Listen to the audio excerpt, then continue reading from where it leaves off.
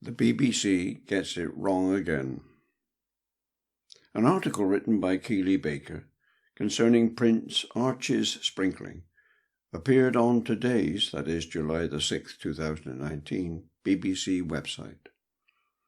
It was entitled, "What Can We Expect from Archie's Christening?" Alas, it contains an error of massive proportions. I quote, "Baptisms," and that is, of course, they are talking about baby sprinklings, are a must for Windsor babies.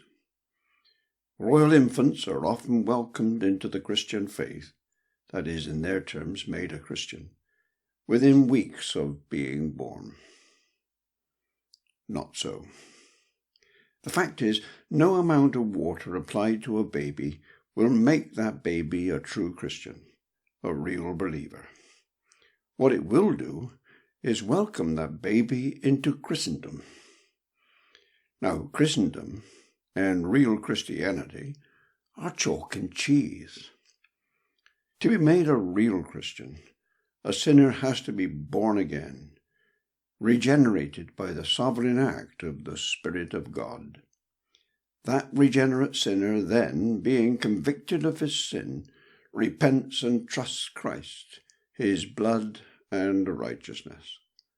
As I say, no amount of water, applied by any so-called priest, using whatever form of words he chooses, however seemingly hallowed by holy tradition, will accomplish that. Sad to say, this is not the first time the BBC has made the same mistake. Just before Prince George was sprinkled, the BBC reporter had the gall to announce that Prince George would be made a Christian at 3 o'clock that afternoon. Far from it. He was made a member of the Church of England, a fully paid-up member of Christendom, and that is all.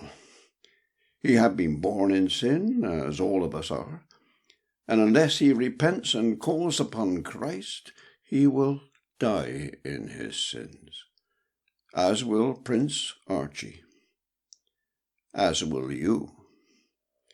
Do not make the BBC's mistake.